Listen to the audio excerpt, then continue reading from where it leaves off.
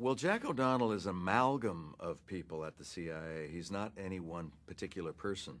So I needed to just get a sense of the culture of a CIA officer and make up my own idea of who this person was going to be. So I did. I went to Langley, Virginia, and I talked with CIA officers there, and it was an eye-opening experience. This is a group of men and women who are so used to keeping secrets and so used to not saying a word that at first it was a little difficult to open them up a bit. They would give monosyllabic answers, you know, yes, no, yeah, sometimes, you know, occasionally, you know, that sort of thing. And you keep trying to pry it open. And I think they were surprised because I think they assumed that I would be asking more questions about specific missions and the danger of that. And quite frankly, what I was after more is to try to create a base, a foundation of who my guy would be. And so I was asking personal questions: age, background, marriage status, strain on marriage, separation for so long. What about just the fact that you can't come home and talk to your wife or husband about what you do? For 30 years, you can't talk to them about anything. How does that work? And they were like, well, doesn't work very well. I was divorced twice, you know. And then I said, okay, all right. Now how do you make it work? And another guy happened to marry a CIA officer. And this is very common because then they go home and they realize we don't have to ask each other. We know that.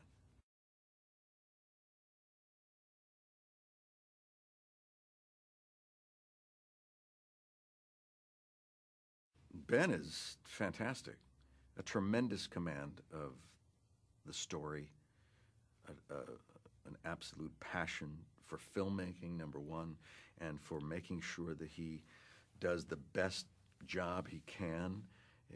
You know, in the directing that I've done, I always get a sense that I have to stay on top of it. I have to stay on top of it because during production, if I miss a beat, if I miss this, I can't go back, and you know it's hard, and maybe you won't have the same opportunity again. And he has the same anxiety, but outwardly, on the set, you show confidence and comfort so that your cast and crew feel relaxed, and we can do the best job we can. And you know, it's great. We had long conversations about the character and the relationship between my character and his, and where it fits in the movie, and it was the best experience you can hope for.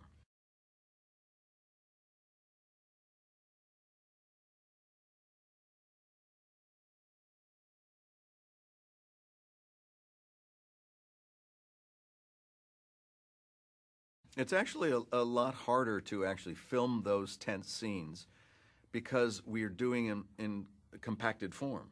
We're shooting all of the scenes at the CIA in a row. We're not intercutting and coming back on, oh, that. We have to just imagine how the tension has been cranked up. And so when you go through a script, you get that sensibility. Hopefully it hits you when you first read it. And you go, oh, at this point, it's really tense, but not quite as tense as that, you know? And then here's absolute relief at the end. So you can see the markers and where your character needs to go.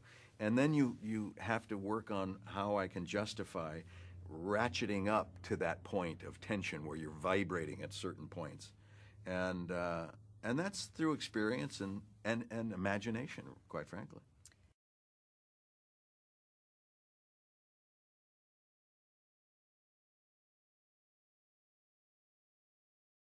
Argo is an important story.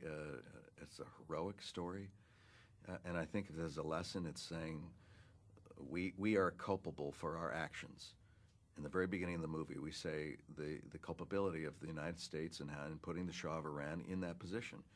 And we as a country, I think, what I take away from it is that any country needs to be responsible for its actions and to lead by example, not by might. And the ultimate message out of Argo is one of cooperation. Look what great things can happen when working well with people for a greater good.